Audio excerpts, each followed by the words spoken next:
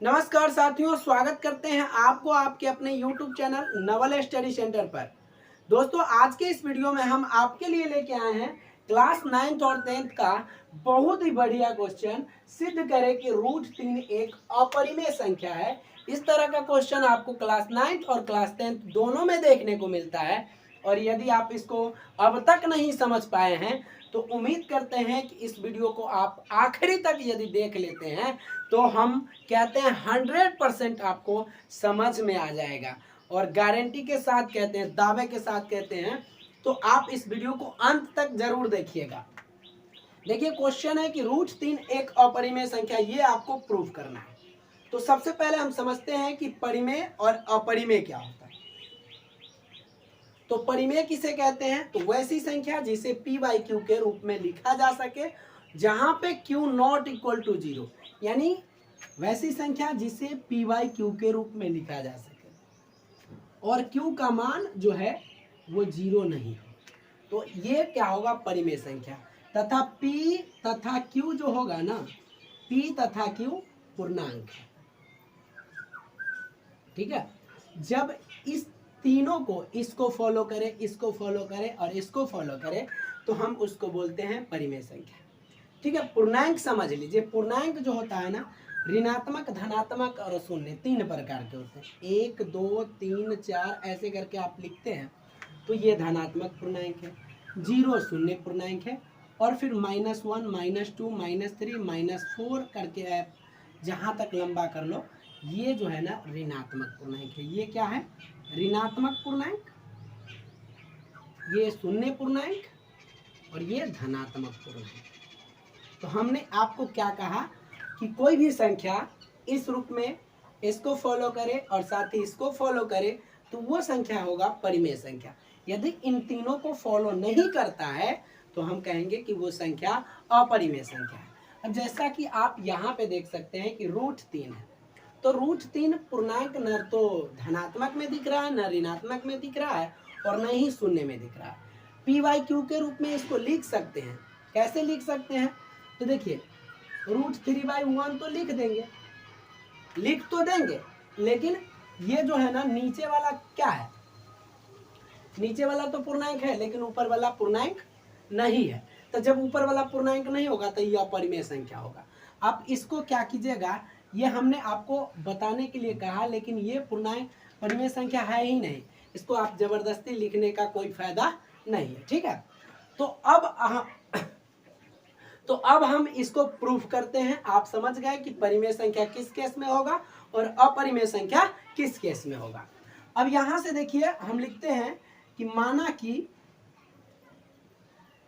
कि √3 एक परिमेय संख्या है।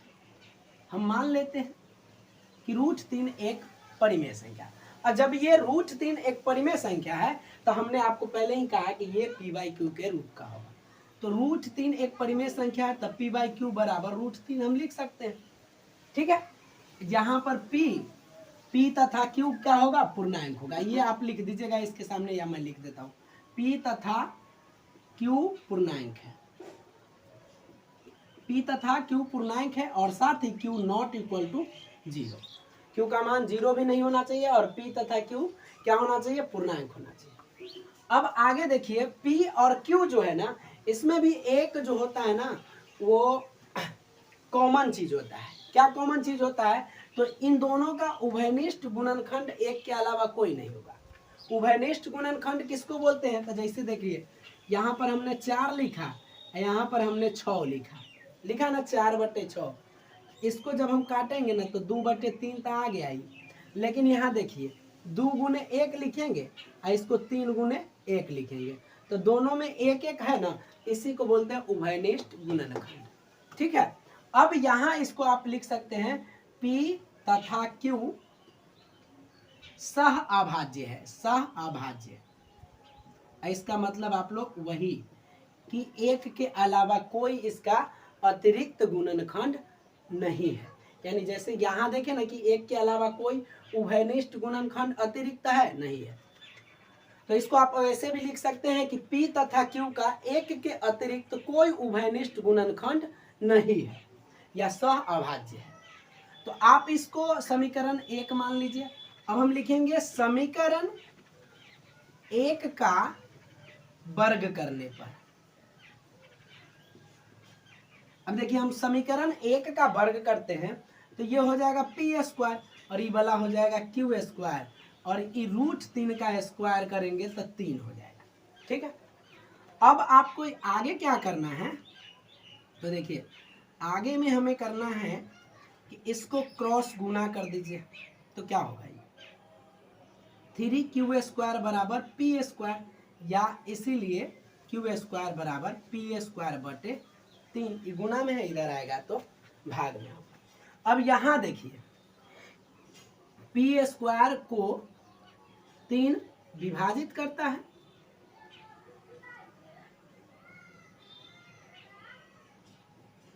देखिए p² जो है ना इसको 3 क्या कर रहा है, यहाँ पे 3 से भाग लग रहा है, इसका मतलब ये विभाजित कर रहा है। तो जैसे देखिए स्क्वायर वाला को विभाजित 3 कर रहा है, तो जैसे 9 को यदि 3 विभाजित करता है तो इसके रूट अंडर जब करेंगे इसका वर्गमूल निकालेंगे तो 3 आएगा, ये 3 को भी विभाजित करेगा। तो p² को 3 विभाजित करता है तो इसीलिए p को भी 3 विभाजित करेगा। यहां तक तो आपको समझने में कोई दिक्कत नहीं होनी चाहिए। ठीक है, p² को 3 विभाजित करता है तो p को भी 3 विभाजित करेगा। जैसे यहाँ मान लीजिए 9 को 3 विभाजित करता है तो √9 को भी 3 विभाजित करेगा। अब आगे हम लोग चलते हैं दूसरे टर्म में। अब यहाँ पे आपको क्या करना है, तो p का मान जो है ना दूसरे टर्म में आपको p बराबर 3m कर लेना है, मान लेना है। ठीक है, इसको 3m मान लेना। अब लिखना है कि समीकरण, इसको ले लीजिए, ये वाला समीकरण 2 है। समीकरण 2 में p बराबर 3m रखने पर, ठीक है, समीकरण 2 ये वाला है, इसमें हम क्या कर रहे हैं कि p के जगह पर 3m रख रहे हैं। तो देखिए q² बराबर क्या है, p² यानी 3m का स्क्वायर और बाई 3। तो ये क्या होगा, q² बराबर 3 तिये 9m² बटे 3, यहाँ 3 तिये 9 काट दीजिए, तो ये q² बराबर कितना आएगा 3m²। अब इसको आगे और आप क्या लिख सकते हैं, देखिए यहाँ से, तो ये जो है ना इसको q² और ये गुना में है तो इधर भाग में 3 आ जाए और बराबर m²। अब सेम प्रोसेस यही है, p² को 3 विभाजित करता है, यहाँ देखिए q² को 3 विभाजित, तो लिखिए q² को 3 विभाजित करता है। ठीक है, q² को 3 विभाजित करता है तो इसीलिए क्या होगा, q को भी 3 विभाजित करेगा। ठीक है, यहाँ देख लीजिए q को भी 3 विभाजित करेगा। यहाँ से आप देख सकते हैं p को भी कर रहा है 3 विभाजित और q को भी कर रहा है। इसका मतलब कि 3 जो है ना दोनों में है, p और q दोनों में 3 विद्यमान है, तो अभी तक तो दोनों को 3 विभाजित कर रहा है। कहने का मतलब है मान लीजिए 21 है और यहाँ पर 27 है, तो इन दोनों में 3 तो है ना, तभी तो दोनों को विभाजित कर रहा है। लेकिन हम शुरू में क्या माने थे कि p और q जो है अभाज्य है, यानी एक के अतिरिक्त तो कोई अतिरिक्त उभयनिष्ठ गुणनखंड है ये नहीं है। लेकिन यहाँ से आ रहा है कि √3 दोनों में है, p को भी 3 विभाजित कर रहा है, इसका मतलब ये है कि p बटे q बराबर 3 गुने 3। ऐसा सिचुएशन में है, हम माने थे दोनों अभाज्य, एक के अतिरिक्त कोई नहीं है, तो हमारी मान्यता जो है गलत सिद्ध हुई। हम लिखेंगे कि चूंकि हमारी मान्यता गलत सिद्ध हुई, हमारी मान्यता गलत सिद्ध हुई, क्योंकि हमने माना था कि एक के अलावा कोई अतिरिक्त गुणनखंड जो है ना उभयनिष्ठ है ये नहीं है। लेकिन यहाँ कह रहा है कि 3 से विभाग क्यूओ में लग रहा है, पीओ में लग रहा है, तो इसका मतलब 3 तो है, दोनों में उभयनिष्ठ है, तो दोनों में उभयनिष्ठ है, तो हम जो माने थे वो गलत सिद्ध हुआ। इसीलिए √3 एक अपरिमेय संख्या है।